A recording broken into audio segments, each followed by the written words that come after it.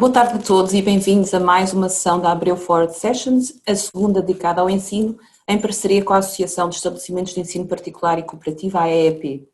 As Abreu Forward Sessions são seminários em rede sobre temas jurídicos, com interesse geral, focados na procura de soluções empresariais conformes e sustentáveis. Com a sessão de hoje, damos seguimento às nossas conversas centradas num dos grandes temas da atualidade. Estamos preparados para um ano letivo atípico? Se o início do novo ano escolar já é habitualmente um momento de ansiedade para toda a comunidade escolar, este ano os desafios são indubitavelmente acrescidos. No momento em que muitos alunos retomaram o ensino presencial ou no modelo que alterna entre o ensino à distância e o presencial, ainda existem muitas questões em aberto. Está a comunidade escolar preparada? Quando pode ou deve impor-se o encerramento das escolas pelas autoridades de saúde? Ou a quarentena a estudantes e profissionais? Como aproveitar a pandemia para inovar nos métodos de aprendizagem e no processo de digitalização? Como valorizar o papel do professor? Na próxima hora vamos procurar respostas e refletir sobre a situação atual com a participação de 3 convidados que, com a sua experiência e atividade, refletem também a atualidade do ensino. Como nosso primeiro convidado temos Pedro Saraiva, diretor da nova MIS, Information Management School, licenciado em Engenharia Química e doutorado pelo MIT, é docente desde 1984 na Faculdade de Ciências e Tecnologia da Universidade de Coimbra, onde é atualmente professor catedrático, é também autor de diversos livros dedicados ao ensino, à inovação e à qualidade. Foi também deputado à Assembleia da República e tem participado como perito internacional em projetos desenvolvidos pela Comissão Europeia e a OCDE relacionados com Entrepreneurial Universities. Temos também Rodrigo Queiroz e Melo, diretor executivo da AEP, chairman da European Council of National Associations of Independent Schools e professor convidado da Universidade Católica Portuguesa, que nos trará também aqui a perspectiva das instituições de ensino. Por último, temos também a Ana Rita Santos, que é presidente do Conselho Diretivo, do Conselho Nacional de Estudantes de Direito, licenciada em Direito pela Universidade Católica Portuguesa, do Centro Regional do Porto, e está atualmente a frequentar o LLM, Law in Digital Economy, na Católica Global School of Law. Preside ainda ao Conselho Nacional de Estudantes de Direito desde 2019, tendo sido vice-presidente do mesmo em 2018. 3 convidados que certamente contribuirão para o debate e a quem desde já muito agradecemos terem aceitado o nosso convite. Esta nossa sessão está pensada para durar cerca de 1 hora. Começará com uma breve apresentação dos 3 convidados, seguida de uma conversa moderada por Luís Barreto Xavier, aqui também presente, consultor para a inovação da Abreu Advogados e coordenador do Instituto do Conhecimento da Abreu Advogados. Recordo que no momento da inscrição pedimos que colocassem questões que gostassem de ver respondidas nesta conversa e que iremos procurar responder nesta nossa sessão. Poderão também igualmente colocar questões adicionais durante a sessão através do e-mail que foi disponibilizado, mas que recordo aqui, que é eventos@abreuadvogados.com. Sem mais delongas, passaria então a palavra à Ana Rita para a sua intervenção inicial. Obrigada. Ana Rita? Olá, boa tarde a todos. Vou então partilhar o ecrã. Espero que daqui a nada já consigam ver o ecrã para fazer então a apresentação, e vai ser uma apresentação muito breve, mas que acredito que vai conseguir resumir mais ou menos a perspectiva dos estudantes daquilo que está a ser este ano letivo. Espero que conseguem todos ver a apresentação neste momento. Excelente. Pronto, antes de mais gostaria de agradecer à Abreu Advogados, na pessoa do professor Luís Barreto Xavier, pelo convite para estarmos aqui presentes. É sem dúvida muito importante para o Conselho Nacional de Estudantes de Direito fazermos parte da discussão de algo tão importante nos dias de hoje como é o ano letivo, e este ano letivo em especial, que vai ser muito diferente e que já está a ser muito diferente para todos. Falando um bocadinho daquilo que é o CNED e dos estudantes que representa, nós representamos a grande maioria dos estudantes de Direito em Portugal, as maiores associações e núcleos de estudantes, incluindo todas as universidades públicas, as católicas. Estamos em expansão com a adição de um novo associado e temos uma forte aposta na formação e naquilo que é a política educativa dos jovens estudantes de Direito. E passando agora ao tema que nos traz aqui todos hoje, a primeira ideia que eu queria deixar, e a ideia que tenho sido consensual entre os estudantes é que one size does not fit all. Mesmo dentro do curso de Direito, que é um único curso, não é possível encontrarmos uma solução perfeita, não existe solução perfeita. Nós estamos aqui perante algo extremamente atípico, uma realidade completamente nova e que vai exigir uma grande capacidade de adaptação das universidades, do corpo docente, mas também dos alunos, que também têm um papel muito forte em garantir que o ano corre bem e em garantir que esta adaptação corre da melhor forma. O curso de Direito em especial tem uma realidade extremamente heterogénea, então o pensar numa solução para aquilo que vai ser o ano letivo requer não só um pensamento global, porque é preciso que as soluções sejam minimamente uniformes a nível nacional, mas também que se tenha em consideração as realidades específicas de cada situação concreta, de cada universidade em concreto, não só dos alunos, dos espaços, do tipo de aulas, etc.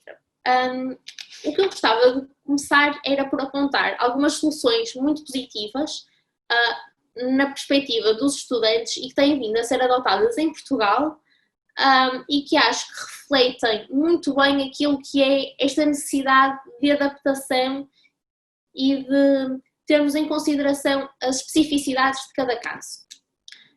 Enumerei aqui 4 soluções, nomeadamente a primeira, que é pessoalmente a que me toca mais perto, que é o ensino ser tendencialmente presencial à medida que estamos a avançar no próprio ensino superior, ou seja, cada vez mais os mestrados e os doutoramentos são tendencialmente presenciais e isso explica-se muito facilmente com o facto de existirem turmas muito mais pequenas, de existir uma menor carga horária, de existir uma maior aproximação professor-aluno e assim as faculdades em geral têm apostado em tentar garantir que os segundos e terceiros ciclos são tendencialmente mais presenciais. Outra questão que, a nosso ver, tem sido muito importante é a alternância e a coexistência deste ensino misto, haver aulas presenciais e aulas à distância, o que permite que um estudante em isolamento não tenha necessariamente que perder aulas e que faltar às aulas ou pôr em causa o seu percurso académico, o que seria muito grave. Há também esta atenção das universidades a não concentrar um número enorme de estudantes no mesmo espaço, por razões óbvias, e cada universidade está a fazer isso à sua maneira e tendo em conta os seus espaços. Outra questão que está a ser muito bem pensada a nosso ver a nível nacional é a questão da adaptação àquela que é a demografia das faculdades, e eu falo aqui, por exemplo, no caso da Universidade de Coimbra, que não tendo salas que comportem as centenas de alunos que por vezes têm inscritas na mesma cadeira, abriu um regime de inscrições para que quem efetivamente queira assistir à aula presencialmente o possa fazer presencialmente, quem não tem vaga ou não quer assistir às aulas presencialmente, e falta aqui também de alguns estudantes que, pelas dificuldades financeiras que também se fazem ver nesta altura, optaram por não se deslocar e podem ficar em casa e assistir às aulas à distância, o que é possível na Universidade de Coimbra em específico, porque o regime de aulas, não sei se os participantes sabem, mas é um regime que não tem aulas obrigatórias, ou seja, é mais fácil fazer essa adaptação, que já não seria possível noutros tipos de faculdades que tenham maior carga de aulas obrigatórias.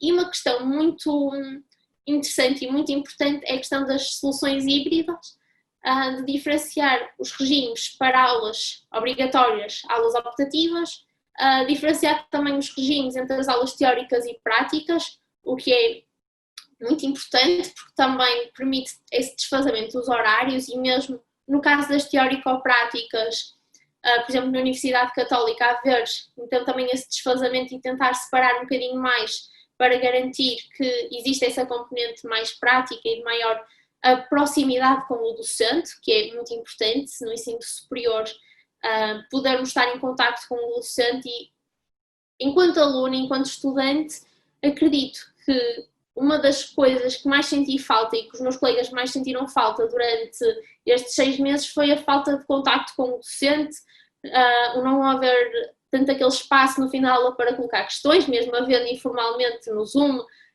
nunca é a mesma coisa, e acredito que os professores também sentiram muito essa falta de haver o contacto humano que faz parte e que é uma parte intrínseca ao ensino superior, porque o ensino superior não é simplesmente assistir às aulas, é muito mais que isso, e também faz parte do networking e o contacto com os docentes e com os nossos colegas. No entanto, não queria deixar de partilhar algumas preocupações dos estudantes, e nós temos feito um levantamento junto dos nossos associados para perceber quais são os problemas e as preocupações mais específicas de cada faculdade, e consegui trazer aqui alguns casos mais gerais. O primeiro deles é a questão dos planos de contingência, nomeadamente a utilização de recursos das universidades. O que acontece em algumas universidades é que um estudante pode ter uma aula presencial e 15 minutos depois ter uma aula à distância, o que pode ser um problema no caso do aluno não poder usar a biblioteca para assistir à aula, ou de não ter onde assistir à aula, e não haver esse espaçamento, o que por vezes é impossível haver mais espaçamento entre as aulas, porque muitas vezes nem são do mesmo ano escolar, mas isso são preocupações obviamente dos alunos, e são questões que têm que ser afinadas e que devem ser afinadas também à medida que vai correndo o semestre, e que é preciso ir tendo em atenção. Também a questão dos procedimentos em caso de estudantes positivos, de perceber se terá de estar uma turma inteira em quarentena, de perceber se as salas de aula vão ser frequentadas por muitas turmas em simultâneo. Os casos que eu conheço das faculdades em geral têm tido uma grande preocupação em garantir que não há uma rotatividade muito grande de alunos por sala, e que as salas usadas também são salas tendencialmente mais ventiladas, o que é muito importante, mas de qualquer forma há sempre essa incerteza de saber: e se um colega meu está infectado, o que é que vai acontecer? Vamos todos para casa? Vamos alguns para casa? Vai-se tentar descobrir com quem é que esse colega contactou mais proximamente? E são casos que são relevantes, são preocupações importantes, não só no ensino superior, mas também em qualquer local de trabalho, mas que é preciso também pensarmos nisso. Depois, a questão da incerteza legislativa e de não conseguirmos prever sequer o primeiro semestre, se vai haver um novo confinamento. Acho que todos esperamos que não, mas é muito difícil conseguir planear curto prazo sequer, e é preciso também termos atenção a isso, e passando a expressão, não sermos tão duros também às vezes a apontar as críticas, porque estamos aqui num meio que é impossível prever o dia da manhã, é impossível prevermos a 2 semanas, daí que temos todos também que estar um bocadinho conscientes de tudo isso. Outro problema, outra questão que levanta uma grande preocupação é a questão da proteção de dados, que é um tema muito em voga no mundo empresarial e agora também um bocadinho no mundo universitário, com a questão dos exames. Será que os exames vão ser outra vez online? Existem vários softwares para reconhecimento facial, para evitar as fraudes, naturalmente, mas muitas dessas empresas, e os estudantes já repararam que muitas dessas empresas não têm uma política de proteção de dados muito coerente, e por vezes algumas delas nas cláusulas têm que podem vender os dados dos estudantes, os dados de reconhecimento facial dos estudantes. Isso obviamente que também demonstramos alguma preocupação com isso, porque são questões muito sensíveis, mesmo o uso das câmaras. Há aqui todo um novo mundo que também vai exigir não só que os estudantes, que as universidades, que os docentes e os não docentes se adaptem, mas também algo que também terá de ser visto também a nível legal, e que levanta também alguns problemas jurídicos que, enquanto estudante de Direito, não poderíamos deixar de partilhar aqui.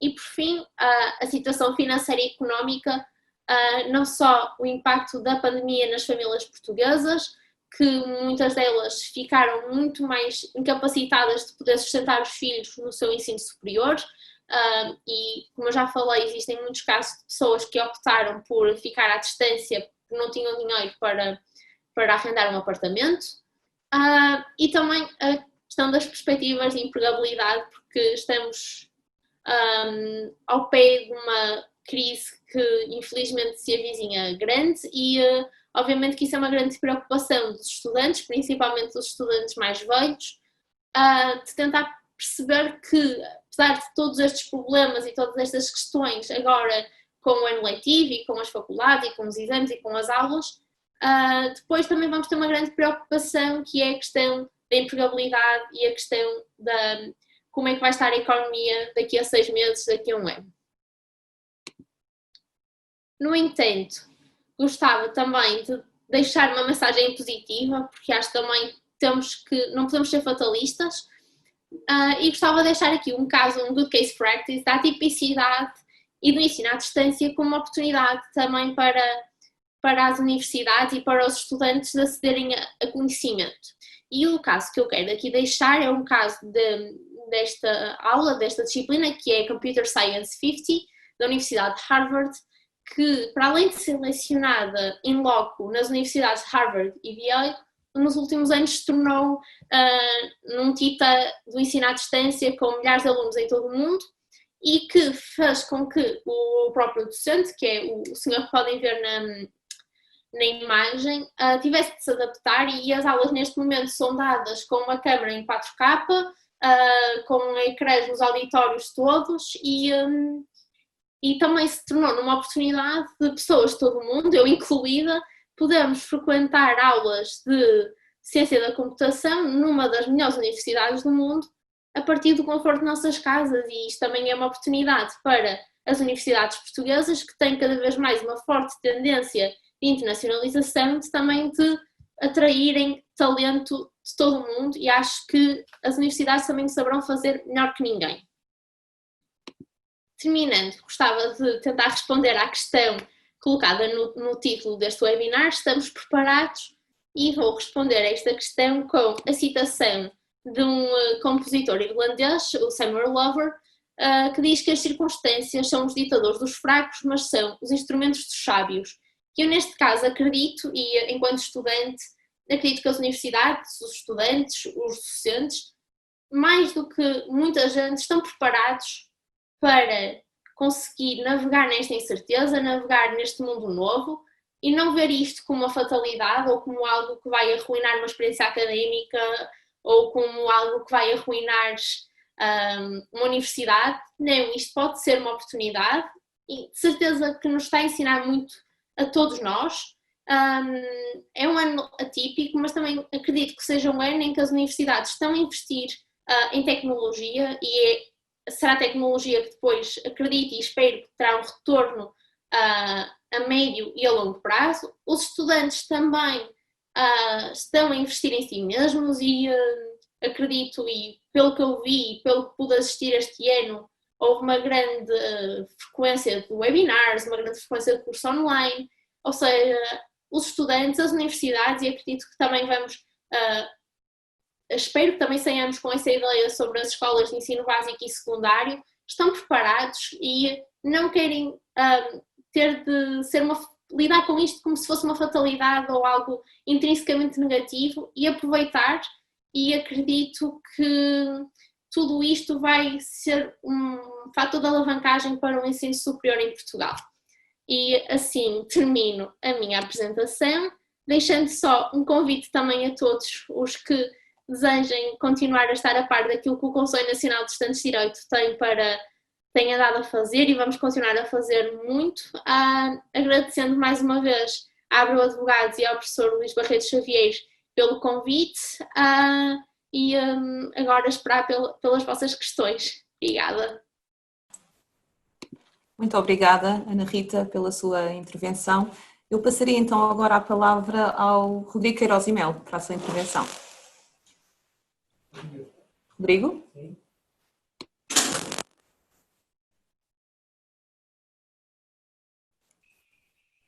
Muito bem, boa tarde a todos. Muito obrigado, Abreu, por mais este desafio lançado à EP. E gostava de começar só por algo, e já fui aqui cuscando na lista dos participantes. Alguns dos participantes estiveram connosco no nosso anterior webinar. mas queria começar por voltar sempre a uma tónica que espero que com o tempo se torne conhecimento geral. E esta ideia de que o ensino privado é uma minoria, é verdade, mas é uma minoria muito grande. Na própria Europa, temos 20% dos alunos em toda a Europa são alunos que estão em estabelecimentos de ensino privado, isto estamos a pensar do pré-escolar até ao final do secundário, e que destes 20 milhões de alunos que estão no ensino privado em toda a Europa, 50% são financiados pelo Estado, ou seja, são alunos que não têm, cujas famílias não têm que ter os meios financeiros para poder tomar esta sua opção educativa. Portanto, esta lógica muito portuguesa de uma certa segregação entre público e privado é uma lógica com uma história e com um contexto sociocultural, mas não resulta da natureza das coisas. E, portanto, há muitos países na Europa onde isto não é assim. Também chamar a atenção, isto num sentido que nos preocupa sempre bastante, isto são as percentagens de alunos por essa Europa fora que estão em escolas públicas, em escolas privadas com financiamento do Estado, portanto, state dependent, em escolas privadas suportadas por mensalidades, portanto, em que os pais têm que pagar e depois o total do privado. E este vermelho à roda de Portugal é para chamar bem a atenção que Portugal é nisto um caso único em toda a Europa, se excetuarmos Chipre e o Luxemburgo, mas que são dimensões e geografias completamente incomparáveis com a nossa, não é? Mas somos, embora entre os países mais pobres da Europa, ou com menor nível de vida, somos o país da Europa que tem maior percentagem de alunos no ensino particular e cooperativo, ou seja, em que a maior percentagem da população opta por pagar por um serviço que em princípio tem gratuitamente em alternativa. E, portanto, isto mostra-nos um bocadinho o que é o setor do ensino particular e cooperativo e a sua especificidade em Portugal. E agora só 3 slides muito rápidos e 7 ideias. E gostava de partilhar convosco aqui uma reflexão sobre o ensino presencial no contexto de Covid, depois, que é isto que estamos a começar agora, depois pensarmos o que é que esta experiência de combate à pandemia fez pela inovação e educação e depois deixar 3 reflexões finais sobre o que é que pode ser o ensino pós-Covid. O ensino presencial em contexto de Covid, eu diria, e a nossa percepção é que durante agosto, portanto, na preparação do ano letivo, havia bastante entusiasmo, e também era um entusiasmo próprio do lado dos colégios, que íamos um novo contexto, aprendemos imenso, que aprendemos, vamos ver a seguir, com o ensino não presencial.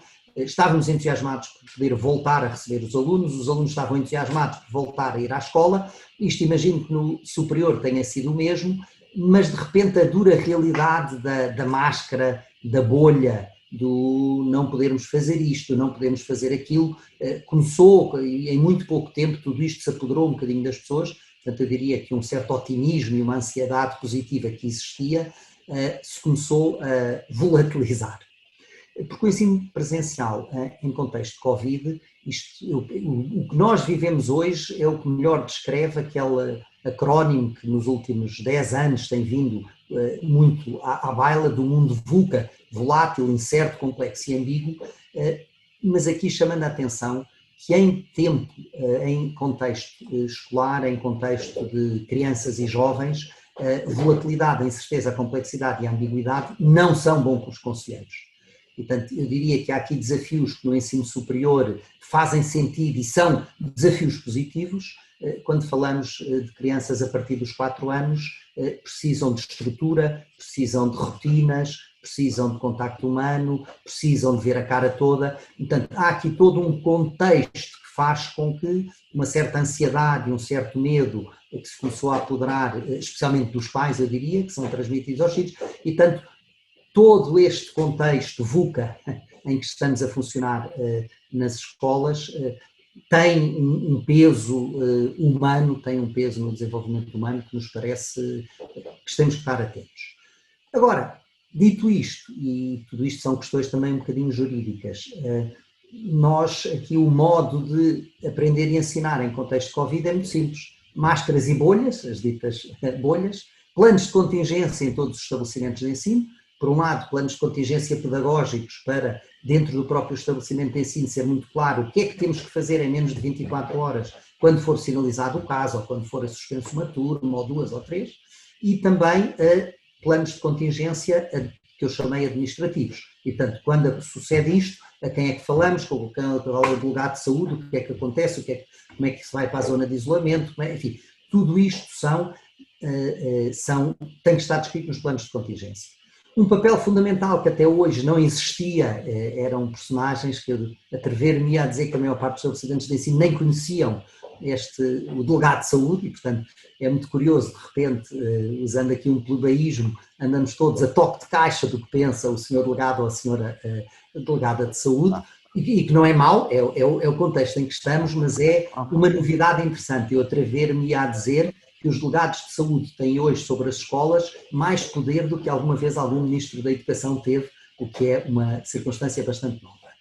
Especialmente porque vamos viver, e já começamos a viver, um movimento pendular que tudo aponta que vai durar, se não até ao final do ano letivo, seguramente até ao final do segundo período. E, portanto, vamos ter pessoas a entrar e a sair do estabelecimento de ensino o tempo todo. As primeiras vezes que isto suceder vai ser relativamente fácil, mas depois temo que comece a haver um cansaço profissional e emocional com tudo isto e que se vão começar a levantar aqui questões jurídicas interessantes para os estudiosos do direito, angustiantes para quem tem que gerir uma organização. E, portanto, aí já se começa a perguntar, então, um professor que vai para casa por indicação do delegado de saúde, mas que está assintomático, posso ou não obrigá-lo a fazer ensino à distância, ou pode o professor ir para casa e recusa fazer ensino à distância e passar a ser remunerado, enfim, ter o subsídio de doença, uma vez que a lei equipara neste momento isolamento profilático a situação de doença. Como é que se faz? É que isto, se for só uma vez, se calhar não é muito importante, mas se eu vou ter pessoas a entrar e a sair de 15 em 15 dias, eu não consigo substituir pessoas de 15 em 15 dias, as pessoas podem ou não querer trabalhar a partir de casa, enfim, há aqui um mundo inteiro de questões que se vão levantar. Quanto à inovação e educação, e hoje o meu discurso é um bocadinho mais fatalista do que há um mês atrás, ou menos otimista do que há um mês atrás. Durante o verão todo estávamos bastante entusiasmados com o que tinha sucedido durante o confinamento e com o bem que tinha funcionado o processo de ensino durante o confinamento, até porque as expectativas eram muito baixas e, portanto, as coisas correram francamente bem. Aquilo que o Covid nos parecia trazer era a integração de recursos educativos digitais.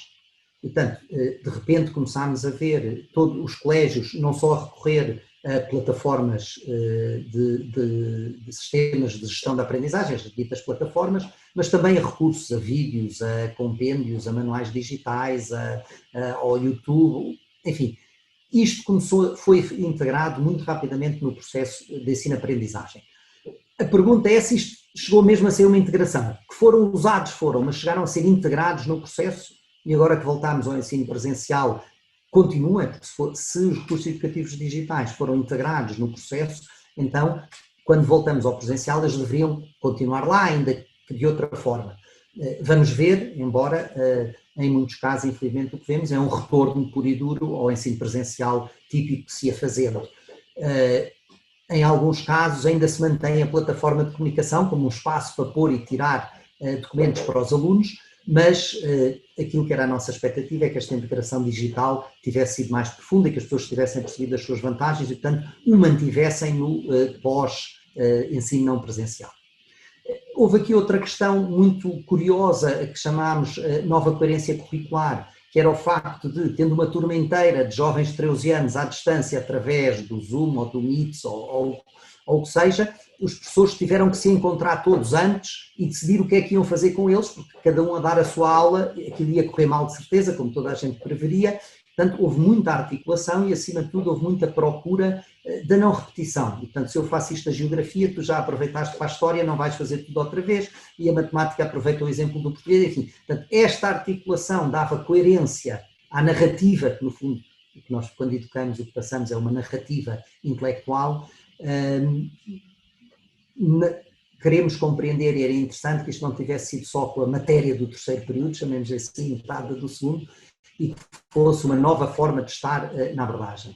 aqui atrever-me a lançar uma farpa aqui ao Luís Barreto Xavier e ao professor Pedro Saraiva, quer dizer, estes problemas que eu estou a abordar a partir do básico e secundário, enfim, desconfio que tem um amplo amplo espaço de similitude no ensino superior entre as várias unidades curriculares e aquilo que é tratado ou não em cada uma. Houve aqui dois pontos, estes sim acho que ainda estão na mão de cima e que trouxeram novidade. Embora todos soubéssemos que a escola é um espaço de socialização e nestas idades, então depois nos mais pequeninos é uma fase importantíssima que é da socialização secundária, mas de repente sentimos na pele o que é a sua ausência. Portanto, a valorização da função socializadora da escola, da função relacional, vem muito ao de cima. Não só entre os colegas, mas também entre os adultos e os alunos, passámos na ausência a valorizar muito mais a presença. Por outro lado, e isto algo que vimos muito e continua em cima do pensamento das pessoas na organização deste ano letivo, especialmente para os alunos mais velhos, portanto, terceiro ciclo e secundário, a valorização do papel do aluno na sua própria aprendizagem. E, portanto, é muito curioso, todos os diretores nos reportam, nós pedimos coisas a estes alunos um bocadinho mais velhos e eles deram-nos de volta. E, portanto, foram super responsáveis, a coisa funcionou, também muitos contactos temos tido com diretores de agrupamentos, portanto, escolas públicas, também eles, quer dizer, houve aqui um assumir de um papel na sua aprendizagem dos alunos, que não só foi muito positivo nas aprendizagens feitas, como foi muito positivo no criar uma maior envolvência do aluno da escola, como de repente as pessoas começaram a dizer, são jovens adultos, portanto podemos fazer isto de forma melhor. É claro que o pré-escolar, primeiro e segundo ciclo, são situações muito diferentes, trata sempre de crianças com muito pouca autonomia. Para terminar, o que é que poderíamos todos aprender e, portanto, o que é que poderíamos olhar para uma escola pós-Covid? E, portanto, provavelmente demorará mais do que queremos, todos pensávamos que no verão já isto estava resolvido, percebemos que se calhar ainda vamos ter este ano letivo todo a decorrer desta forma, mas também todos sabemos que vai acabar, não sabemos quando, mas vai acabar.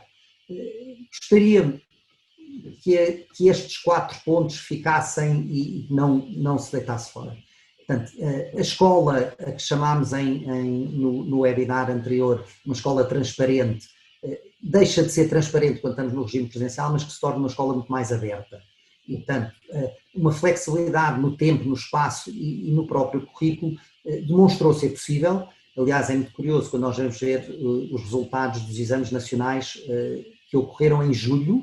É certo que só foram a exame os alunos que precisavam daquele exame como prova de acesso e, portanto, seria esperado que a média nacional fosse muito superior, porque só iam os alunos que precisavam daqueles exames para a prova de acesso. O que não sabíamos e não se esperava e se verificou é a quantidade de notas muitíssimo altas que surgiram nas várias disciplinas. E, portanto, aparentemente, este ensino não presencial não resultou em menos aprendizagem, atenção, para o grupo de alunos empenhados e que precisavam daquela disciplina para prosseguir. Não sabemos, ou melhor, já começamos a saber que os danos para a outra parte do espectro foram brutais, mas deste lado há um grupo de alunos motivados onde não podemos voltar à escola do ramo-ramo, da matéria que é dada e do aluno que ouve. Portanto, tenho muita esperança que esta experiência Covid, ou de ensino não presencial, nos possa ajudar a transformar as escolas em estruturas muito mais interessantes, muito mais encorajadoras do desenvolvimento pessoal de cada aluno e que fixem novamente muito bem esta sua função de estrutura de suporte emocional e de socialização das crianças e jovens. E, portanto, pensamos que há aqui um lado muito mais humano de tudo isto que veio ao de cima e que é necessário continuar a investir nele. Muito obrigado.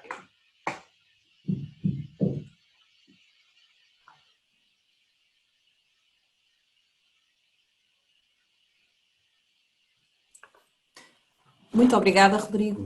Passaria então a palavra ao Pedro Saraiva para a sua apresentação, a que seguirá um momento de debate e conversa moderado pelo Luís Barreto Xavier. Pedro Saraiva. Ora, muito boa tarde a todos, espero que estejam a ver e me estejam a ouvir também e que estejam a ver o meu ecrã, não é? Confirma-se? Confirma-se. Sim, pronto. Portanto, então são boas notícias. E, portanto, o que eu queria era, para já, agradecer o convite, explicar que eu, contrariamente ao Rodrigo, enfim, tenho muito prazer em aqui rever, somos velhos conhecidos das lides da AEP e de outras lides académicas, portanto, estou mais otimista. E estou mais otimista um mês depois, porque nós arrancámos o ano letivo a 7 de setembro, e, portanto, estamos a celebrar a terceira semana em que as coisas funcionaram. E, portanto, é com essa tranquilidade que eu vou, sobretudo, responder à pergunta. Estamos preparados? Eu diria que a minha resposta é que do lado da nova EMS achamos que sim, certeza não temos. Prognósticos, enfim, só no fim do jogo, e o jogo ainda vai a um terço da primeira parte, mas para já estamos muito contentes com o que aconteceu neste contexto específico. E, portanto, eu sou também a intervenção inicial da Ana, dizendo isto não há um caso igual para todos, e, portanto, eu só posso relatar aquilo que sei, aquilo que conheço, que é o caso da nova IMS, e, portanto, por isso mesmo gostava de nos dar um bocadinho conta de que é que nós somos, porque somos um caso muito particular. Nós somos a Information Management School, que é uma faculdade da Universidade Nova de Lisboa, criada há 30 anos atrás, eu diria de uma forma muito pioneira. Information Management School significa IMS, mas nós usamos também o mesmo acrónimo, mas o que nós queremos é isto, é que alunos venham até nós e que ao passarem por aqui tenham uma experiência inesquecível, marcante e sensacional. Eles trabalham imenso, este ano trabalham imenso e com máscara, naturalmente, mas estão felizes. E, portanto, é este compromisso que nós queremos alcançar, sendo uma escola muito exigente. A nossa nota mínima de entrada é 17 para alunos de licenciatura, e, portanto, é deste tipo de população e de comunidade que nós estamos a falar, e, portanto, algumas das realidades aqui podem não ser extrapoláveis para outro contexto.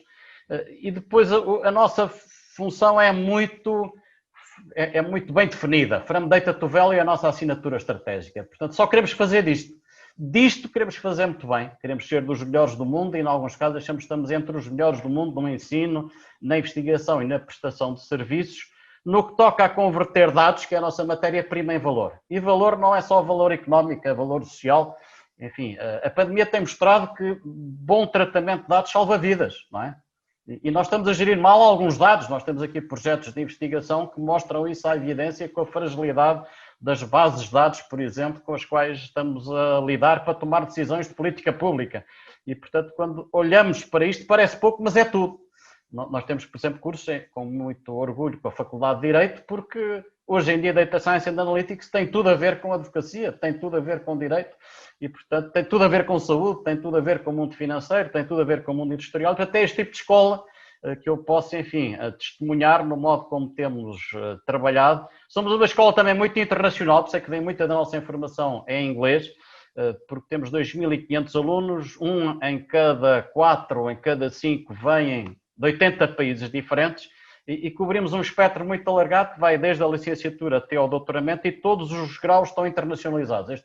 Faltava-nos a licenciatura, e este ano conseguimos, vamos ter 10% de alunos internacionais também ao nível das licenciaturas, e temos, enfim, todos os reconhecimentos internacionais que são importantes para este tipo de campeonato.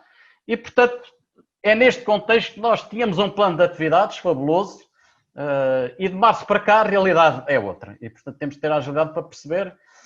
Tudo mudou, quase tudo mudou, e, portanto, 80% do meu espaço mental desde 13 de março, em que tive de fechar a escola em 4 horas até hoje, eu diria que é lidar com a pandemia. E desconfinar, reabrir e preparar agora o novo ano letivo, que começou a 7 de setembro, e, portanto, não vou entrar em detalhes, podem ficar para o debate, mas basicamente estas foram as etapas. A partir de março até agora foi muito perceber que tipo de escolas queremos ser, como é que vamos inventar salas. Portanto, reconvertemos espaços que nunca pensámos que iam ser salas de aulas outra vez, e passaram a ser. Estamos a multiplicar por 10 a nossa capacidade de banda larga, porque senão íamos ter problemas. Tivemos de nos reinventar em quase tudo. Muita comunicação também. Remover angústias que existiam entre os novos alunos que vinham para Lisboa, de variados países, e queriam ter a certeza que aqui tinham um ambiente seguro para trabalhar. E também coisas que parecem de menos importância, mas não são. Nós quisemos começar o ano letivo o mais depressa possível e seguimos à risca o calendário habitual. Não desviámos para outubro. Portanto, a 7 de setembro arrancamos com todos os alunos, a menos do primeiro ano de licenciatura, que vão começar dia 28, que é quando saem os resultados. Cada dia a derrapar, eu acho que é um mau dia do ponto de vista do que nós queremos que o ano académico seja para 2021. E, portanto, eu acho que foi isto. Tentar garantir tudo ia correr bem. Isto custa dinheiro. Nós gastámos 500 mil euros e se calhar em todas as escolas o podem fazer. Esperamos que algum dia haja reembolso, mas não vamos esperar que a bazuca venha em 2021 para me resolver os problemas de investimento que eu tinha a fazer em 2020. E depois acho que tudo isto só foi possível com muita coesão, muita compreensão e muita colaboração da comunidade toda. Estou a falar de alunos, staff, tenho aqui ao lado a minha informática, que acabou em tempo real de me ajudar a resolver vários problemas, muito envolvimento dos docentes, toda a gente tem sido incansável numa transformação digital muito profunda e muito ambiciosa. Tivemos muito orgulho também, final de julho eu prometi a mim mesmo que não ia para férias sem ter o reconhecimento de Covid-Out. É uma entidade externa que nos vem auditar e vem dizer, sim senhor, vocês estão preparados, têm a sinalética toda, têm as rotinas todas implementadas para ser um sítio onde se pode estudar sem medo. E vamos agora ser novamente auditados, porque não queremos que a coisa não deixe de funcionar a 100%. Para isso trabalhámos muito em julho, só para dizer que isto não se faz de véspera. Eu acho que nós não tivéssemos a planear em março, era impossível arrancar a 7 de setembro nas condições em que arrancámos. E, portanto, há documentos, enfim, que dizem como é que cada um se deve comportar diariamente. Não vou amassar-vos com eles, estão em português, estão em inglês. E depois há toda praxis instalada, foi validada por uma entidade externa. Isto tranquilizou muito aluno internacional. Quer dizer, você vem estudar, mas veio para uma das poucas instituições em Portugal que tem o selo Covid-Out atribuído pelo ISQ. E, portanto, foi em julho era o timing preciso para nós dizermos ao mundo que assim era, porque são opções de vida, eu viajo ou não viajo para Lisboa, e portanto acho que foi outra medida que embora foi tomada. E eu mais de falar muito, se calhar agora mostrar-vos um pequeno vídeo do que isto já está a ser no dia-a-dia, através de uma reportagem que a SIC fez na semana passada. E portanto para aqueles que já tenham visto, peço desculpa pela repetição, mas acho que diz muito mais do que não sei quantos minutos que eu pudesse aqui ocupar de tempo de antena e, portanto, é esse vídeo que eu agora passava a mostrar. Por todo o país, as salas de aula estão adaptadas à nova realidade da pandemia, como fomos vendo ao longo destes dias. Mas, no caso da Universidade Nova de Lisboa, as salas da Faculdade de Ciência de Dados entraram mesmo numa nova era tecnológica. Someone from home have a question about supervised learning or tell me what do we do in supervised learning? With supervised learning, we can do some predictive modeling, for instance. Consegue ver o nosso quadro, ver o docente, ouvir o docente e participar usando a voz, se o quiser. E, portanto, julgo que a experiência neste momento ao aluno que está em casa consegue quase simular o facto de estar na sala de aula. Não é a mesma coisa, mas as diferenças não são muitas. É através de quadros interativos, câmaras que acompanham o movimento do professor e sistemas de captação de som que os alunos em casa conseguem acompanhar as aulas. É uma solução de tecnologia avançada que está presente em todas as salas da Faculdade de Ciência de Dados da Universidade Nova de Lisboa. Acho que estamos todos a começar num mês de adaptação, tem tudo a ver com tanto da nossa parte como alunos como da parte dos professores, em termos de adaptar, mas tem sido incrível ver todo o esforço e dedicação que tem vindo por trás disto tudo. Temos a possibilidade de numa semana estarmos em casa, noutra semana virmos à faculdade e termos aquela interação face a face, one-to-one com o professor e com os nossos colegas. Há sempre dificuldades técnicas, seja do lado da faculdade, seja do nosso lado, uma internet que falha, uma chamada que tem mais alguns problemas, mas os professores têm sido fantásticos e têm tido todos os cuidados em perguntar se está tudo bem, em parar as aulas para voltar atrás se perdermos alguma coisa e, portanto, têm sido fantásticos connosco. A substituir a habitual folha de presença está um QR Code à porta para o professor saber quem assistiu à aula. As turmas foram reduzidas para metade e, em turnos, os alunos usufruem do ensino presencial, onde 1 em cada 4 é estrangeiro.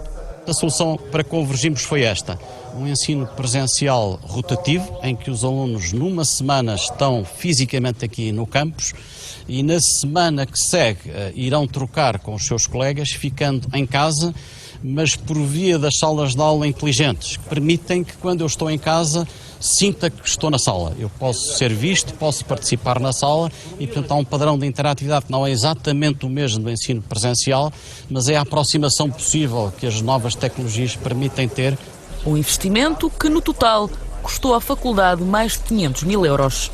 O número de alunos subiu 15% em comparação com o ano passado. Neste momento, frequentam as aulas quase 3 mil alunos de 70 países diferentes. Por todo E, portanto, em síntese, porque eu acho que esta reportagem quase que diz tudo, mas já no terreno, no dia-a-dia, portanto, esse é o ambiente que eu vejo aqui a partir da minha janela, não é? Estamos preparados? Eu diria, achamos que sim. Houve um esforço muito grande de muita gente, algumas noites mal dormidas. Eu andei à 1 da manhã a carregar colunas de som para as salas inteligentes funcionarem e dando o exemplo também. Fui o último a abandonar as instalações quando tive de fechar a 13 de março e fui o primeiro a desconfinar, porque acho que só assim é que se pode liderar uma instituição, não é? Portanto, se as pessoas de frontline estão lá, eu teria de ser o último a sair e dos primeiros a voltar a entrar. Agora, a resposta é acho que sim. Em fevereiro de 2021 acho que posso dar a resposta ainda mais fundamentada, porque terei um semestre, ainda só tenho 3 semanas. E a última nota, eu acho que o Rodrigo também terminou quase da mesma maneira. Tudo isto só faz sentido se nós o virmos num contexto que vai muito para além da pandemia. Isto é, eu acho que o ambiente futuro vai ser este, e depois há de haver outras pandemias daqui a 10 anos e todos estaremos muito mais bem preparados para as enfrentar. E, portanto, muito obrigado pelo convite. Este é o testemunho da nova EMS, não quer dizer que seja a melhor forma de abordar noutro tipo de contextos, foram as nossas escolhas e até ver achamos que fizemos as escolhas certas e, portanto, é um ano que está a correr, eu diria, muitíssimo bem e com acréscimo de alunos. Portanto, nós nunca tivemos tantos alunos na nova EMS e, portanto, eu diria que acresce ao resto eu estar aqui a lidar com mais 15% de alunos do que tinha no ano em que não havia pandemia. Mas a máquina tem respondido bem e, portanto, há afinações a fazer, claro que há. Eu tenho os meus próprios mecanismos de motivação diários, mas acho que o pior já passou em termos do que podia ter sido e não foi. E estou otimista, acho que vamos entrar cada vez mais nestas lógicas de funcionamento e acho que os alunos também as apreciam bastante e tinham, eu diria, um apetite tremendo de voltar ao campus, porque o presencial, de facto, tem componentes que o online não consegue dar. É certo que voltam ao campus de máscara, mas estão muito agradados com a possibilidade de voltar a estar aqui com os seus colegas. E, portanto, era um bocadinho este o testemunho que eu queria aqui deixar de um diretor contente, satisfeito, mas muito atento. E, portanto, isto é o que podemos dizer à data de hoje e estamos a trabalhar para que nas próximas semanas tudo continue a correr pelo menos tão bem como estas 3 semanas que tivemos até aqui. Portanto, muito obrigado pelo convite e naturalmente fico à disposição agora para a fase do debate que se seguirá e vou aqui preparar a partilha de ecrã. Bom, eu agradeço as 3 intervenções, que obviamente são muito complementares a partir de experiências diferentes e agora começamos esta pequena parte com perguntas e respostas. Nós tivemos a oportunidade de receber algumas questões colocadas pelos participantes e se calhar começar com uma delas, que tem que ver com as consequências do ponto de vista da aprendizagem dos alunos. É evidente que já ouvimos aqui que os resultados em certas disciplinas que eram essenciais para o acesso à universidade, os resultados foram muito bons, mas eu tenho mais dúvidas de que essas coisas, que isso tenha ocorrido da mesma maneira com crianças mais novas. Ou seja, qual é a vossa perspectiva sobre as consequências do ponto de vista do processo de aprendizagem, não apenas do ensino intermitente, misto ou mesmo à distância, e sobretudo também quais as consequências de alguma instabilidade e de incerteza que todas as crianças sentem desde casa até ao estabelecimento de ensino. Talvez aqui começasse por pedir ao Rodrigo que desse o pontapé de saída. Um pontapé de saída, mas se calhar dividindo em 2 coisas diferentes, porque a tua pergunta sobre aprendizagens é tudo e não é nada, ou melhor, não é tudo e não é, é tudo e é muito. E o que é que eu diria? Foram 6 meses, 7 meses e agora haverá durante este ano um ano de transição. Se tu me perguntares, crianças que, tendo estado em casa, com mais dificuldade, sem acesso à escola, mas com pais em casa, com família, com condições, eu diria que se calhar não fizeram aquela aprendizagem tradicional que estavam em processo de fazer, de começar a aprender a ler ou começar a aprender a escrever ou o que seja, mas tiveram provavelmente aqui ganhos emocionais e aprendizagens de relação interpessoal muitíssimo grandes. E, portanto, eu diria que na formação da personalidade e de que esta criança será no futuro, isto até podem ter sido momentos de um enorme crescimento, ainda que não na aprendizagem formal. O que nos leva aos outros todos que não tiveram esse contexto, portanto, para quem isto foi um tempo muitíssimo difícil, de enorme abandono, de enorme violência pelo medo com que todas as pessoas estavam, e, portanto, nesses casos, evidentemente, já não houve este quadro mais bonito e foi tudo perdido, digamos assim. Quanto aos mais velhos, aquilo que nos parece, porque neste momento ainda estamos aqui e fora, não temos outras métricas seguras, além daqueles exames nacionais que existiram, mas quanto aos mais velhos também nos parece que houve aqui também deste lado, não diretamente instrucional das fórmulas e das datas, etc., que houve aqui aprendizagens muito relevantes do trabalho em grupo, da capacidade de sozinhos desemborrar e ir à procura e andar, e portanto não nos preocupa, e acho que não há razões para nos preocupar como país, haver menos 6 meses do ano letivo, isto foi tempo perdido, não foi, e houve imensas aprendizagens. Para o futuro, vamos ver, só aqui um ponto que me parece importante. Eu, quanto ao que vai acontecer este ano, estou, como ao Pedro, muito otimista. Eu acho que estamos preparados e o que eu vejo aqui diariamente é os colégios a andar para a frente em menos de 24 horas, vai uma turma, 2 turmas, 3, tanto faz, passam a estar no regime não presencial. Portanto, isso eu estou otimista. O que eu não estou tão otimista quanto estava é quanto à incorporação para o futuro de novos métodos e de novas abordagens, que eu me parecia que seria um dos ganhos muito grandes e muito importantes deste tempo de crise. Os tempos de crise são sempre de crescimento e com isto calmo. E, portanto, as crises são tempo de crescimento, são sempre ótimos, há imensas aprendizagens. O problema é saber se elas são sólidas. E no ensino superior, a vossa perspectiva é a de que, e agora perguntava se calhar a Ana Rita enquanto estudante, sentiu algum déficit de aprendizagem pelo ensino não presencial? Ao longo deste último semestre, o que eu senti não foi necessariamente um déficit de aprendizagem, pelo contrário, senti que cada vez se tornou mais importante haver um forte estudo autónomo e cada vez é mais importante os estudantes serem independentes e serem proativos também na forma de estudar, na forma de assistir às aulas, que muitas vezes eram assíncronas, ou seja, estavam gravadas primeiro e depois assistiríamos e depois havia momentos assíncronos para debate de algumas questões mais importantes, o esclarecimento de dúvidas. Então aí acredito que as soft skills, como a inteligência emocional, a questão de sermos organizados, isso revelou uma especial importância no último semestre, porque muitas vezes deixamos de ter aquela mudança de ambiente para a faculdade, que também ajuda a estarmos mais com um foco diferente, e no meu caso não senti esse déficit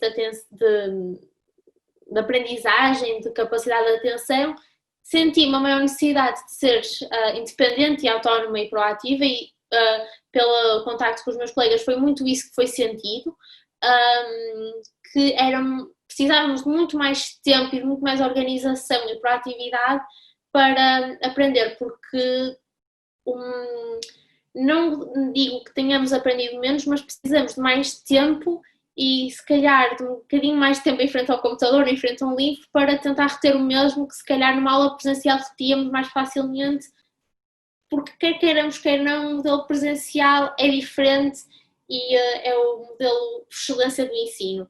Mas é isso, eu sinto essencialmente que a inteligência emocional e a capacidade de organização e proatividade cada vez mais se tornaram relevantes e essenciais para uma boa aprendizagem.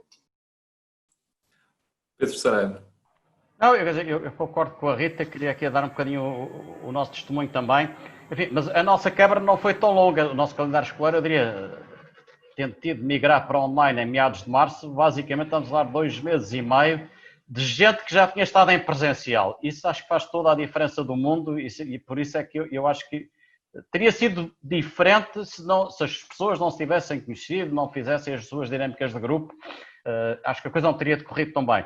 O balanço que nós fazemos, enfim, é um bocadinho na linha do que a Rita disse. Acho que todos aprendemos melhor o que é que funciona online e o que é que funciona melhor presencialmente. Os indicadores que temos mostram não só que as aprendizagens, eu diria, tiveram uma eficácia semelhante, portanto, os exames eram iguais e não houve diferenças significativas face ao que teria sido o ano anterior puramente presencial. E também há outro indicador ao qual nós prestamos muita atenção aqui na Nova EMS, que é a satisfação do aluno. E ela também não conheceu quebras significativas no último survey que fizemos e já foi em plena pandemia. Portanto, acho que houve aqui um esforço grande de adaptação de parte a parte. Agora, acho que este ano letivo já é um bocadinho diferente, já não é uma migração súbita e não planeada, é tentar usar o que aprendemos de um lado e do outro para perceber o que é que resulta bem online, o que é que deve ser colocado numa plataforma digital, e por isso é que eu estou um bocadinho mais otimista que o Rodrigo, porque, quer dizer, o conjunto de funcionalidades que as nossas salas dão, eu acho que nenhum professor, eu diria que ainda não é esta semana, ele agora está mais preocupado em que o básico funcione. Mas acho que ele, quando gradualmente está muito mais motivado do que nunca a usar os quadros interativos, por exemplo, e que abrem um manancial tremendo de interatividade que nós não tínhamos de antes. E, portanto, acho que vem precipitar um bocadinho uma inovação pedagógica que, se calhar, não está. As crises também podem ser vistas como positivas desse ponto de vista. Se calhar a gente ia lá de qualquer maneira. Agora, assim fomos de uma só vez e na plenitude de todas as salas. Portanto, eu acho que são os próprios pessoas a dizer agora eu quero uma formação mais avançada porque já percebi o básico da Smart Classroom. Agora quero passar para o nível seguinte e isso vai-nos trazer imensa inovação pedagógica que nós teríamos, mas se calhar não com esta rapidez e, portanto, acho que isso também vai acontecer agora ao longo deste ano letivo e, portanto, acho que tem sido muito interessante constatar esta... E como as aulas já estão diferentes, apesar de agora termos o presencial, eu acho que é um presencial diferente daquele que tínhamos há um ano atrás e ainda bem, portanto, cria alguma reversibilidade em processos de mudança que as crises ajudam por vezes a que aconteçam mais depressa e de uma forma universal. Obrigado. Mas esse otimismo que também nasce de muita planificação e também de muito investimento em tecnologia e formação para este tipo de ensino, não é, penso eu, generalizável, ou seja, relativamente às escolas, desde logo às escolas secundárias e primárias, e do ensino público e do ensino privado. Nós, em Portugal, obviamente, temos uma realidade muito heterogénea. Rodrigo, em que medida é que estamos também tecnologicamente preparados para navegar e em que medida é que os professores têm a capacidade e os skills para cumprir o seu papel neste novo contexto? A realidade é muito diversa. O que sentimos no privado foi muito fácil esta migração do ponto de vista dos equipamentos, quando a migração se tratou apenas, enfim, é um grande apenas, mas apenas da existência de devices, tipicamente portáteis, para migrar para um suporte qualquer digital de comunicação. Isto é uma realidade no privado, quer nos colégios, quer nas famílias, nos alunos, não sendo inteiramente verdade, e portanto aqui o comparador é muito mais difícil no Estado. Portanto, nas escolas públicas estatais há aqui uma dificuldade muito grande, porque do lado das famílias a ausência o número de alunos que não têm acesso a um device que permita um ensino através da internet é muitíssimo grande e, portanto, temos aí toda uma população que está de fora e acho que foi anunciado, esperemos que venha, há um investimento grande a fazer feito, tem que ser de forma inteligente para permitir essa evolução.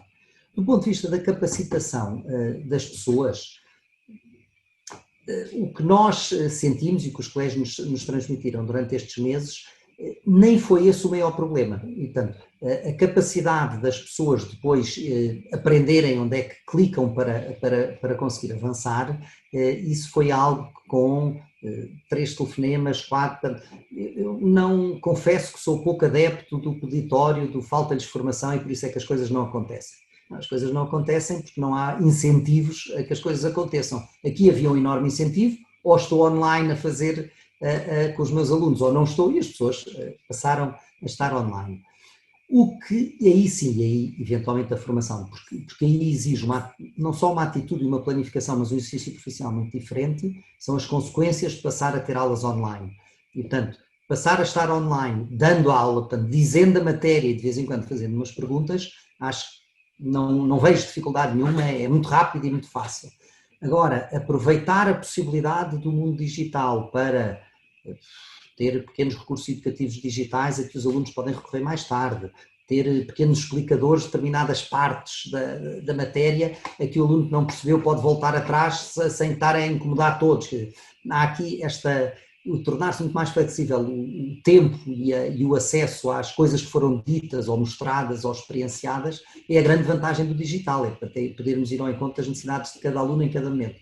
E isso exige a minha capacidade então para fazer uns pequenos videozinhos que ponha lá no sistema de gestão, para poder encontrar diferentes recursos que há muitos disponíveis. Eu acho que esse clique, que eu acho que não é formação, é um clique cultural que vai lá com muita liderança, com muito trabalho nas escolas, é que não foi possível fazer nestes poucos meses. Portanto, passar a ter tudo digital foi muito fácil. Agora o clique cultural, eu não acho, e aí eu acho que não é formação, isso é trabalho com as lideranças, e não é só a liderança, o diretor da escola, é o diretor do departamento, do ciclo que seja, ou da turma, mas isso é um trabalho de desenvolvimento profissional no local de trabalho, com os colegas, porque a cultura, e enfim, aí o professor Pedro Saraiva, que é o grande mestre nas coisas da transformação cultural das organizações, mas quer dizer, transformar cultural não é comprar uma pessoa por fora que venha dar uns bitites, é um trabalho diário levado pela liderança. Muito bem. Há uma questão também que nos foi colocada por participantes nesta sessão e que é a seguinte: o Governo e as autoridades de saúde têm revelado uma estratégia clara e têm diretrizes seguras para a orientação das escolas e dos estabelecimentos de ensino superior perante estas contingências do aparecimento de um caso, de 2 casos, ou de pessoas que contactaram diretamente com pessoas infectadas. Sentem que, desse ponto de vista, as diretrizes são seguras? Não sei quem é que quer começar por responder. Quer dizer, eu posso, enfim, dar aqui a minha chega, dizendo mais ou menos o quê?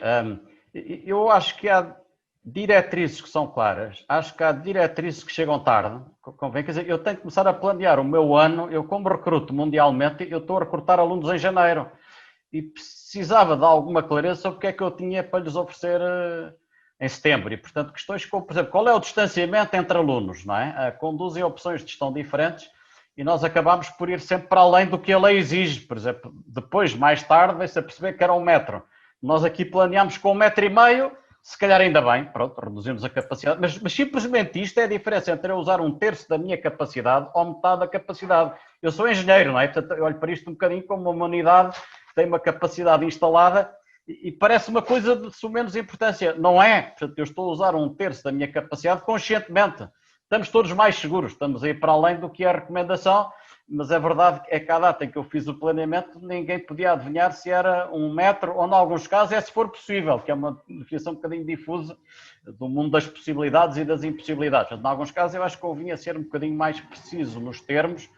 Agora, dito isto, também devo dizer o quê? A autoridade de saúde local, eu acho que é muito acessível. Nós tivemos um caso em março, e, portanto, daí temos tido de fechar a escola em 4 horas e não posso, enfim, deixar de elogiar a prontidão com que interagimos, nos deu recomendações que à época eram as aplicáveis. Eu tenho aqui um bocadinho uma sensação mista, por vezes podia haver diretrizes um bocadinho mais precisas, percebo que vai depender também de cada caso, sobretudo em alguns casos acho que devíamos todos ter regras definidas um bocadinho mais cedo para depois tomar as melhores decisões que cada um terá a tomar no seu contexto específico. Só se me permitir aqui, enfim, só um reparo em relação à questão anterior, é a escalabilidade das soluções. Eu trabalho muito internacionalmente e também meto a foice em seara alheia, sou convidado para ir ver noutros estados e noutros governos como é que as questões são trabalhadas. E um dos países que tenho visitado muito é os Emirados Árabes Unidos. E eu garanto que todo o ensino não superior está a passar por uma revolução brutal de infraestrutura. Mas quer dizer, é mais ou menos o que eu tenho aqui, mas para o país todo e para todos os níveis de ensino, e tem Fab Labs, e tem impressoras 3D, e portanto, acho que a Europa tem que perceber isto também, quer dizer, que às vezes há opções que as sociedades tomam e pagam os preços das opções que tomaram ao longo da vida, não é? Portugal ainda paga hoje o preço só na República é que se começou a levar a educação mais a sério, a universalização do primeiro ciclo, e portanto, eu acho que a Europa está um bocadinho ainda a não perceber o que é que o mundo do ensino hoje em dia representa, e portanto eu acho que se pode escalar, é uma questão de perceber onde é que vamos pôr os recursos da sociedade, e portanto há casos que eu acho que devem servir benchmarks para a Europa toda, não estou só a falar de Portugal, mas pronto, por aqui me ficam. Rodrigo, queres acrescentar alguma coisa? Eu aqui confesso que aqui a AEP tem tido uma posição quanto a estas diretrizes e instruções sempre bastante liberal, ou seja, nós sempre defendemos os se possíveis que têm vindo nas orientações, exceto naquilo que há ciência certa.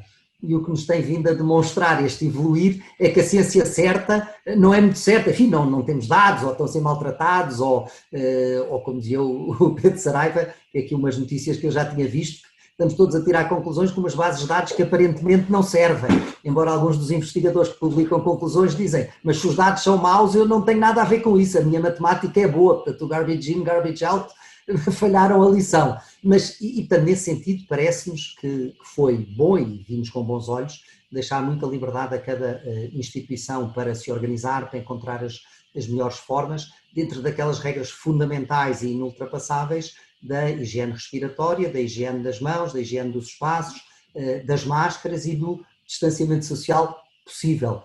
Porque é algo que todos os dias os nossos associados hoje em dia estão a perguntar. Eu posso chamar a polícia segura para os miúdos que estão ao portão da escola todos baralhados? Eu tenho-os em bolhas cá dentro, mas eles depois lá estão todos baralhados. Posso chamar a polícia segura para os mandarem embora e tal? E, portanto, há aqui toda uma dose de estamos todos a fazer o melhor possível e a ter cuidados básicos para diminuir o ritmo de propagação da doença.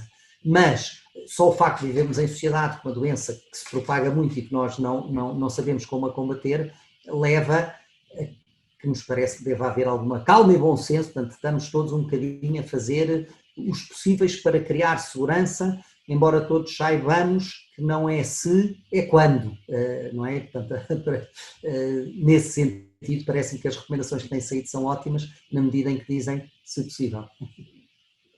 Muito bem. Eu não sei se mais alguém quer fazer alguma intervenção, sobretudo sobre o futuro, mas se não houver mais nenhuma observação, então peço ao Rodrigo para encerrar enquanto parceiro desta sessão, como diretor executivo da Associação.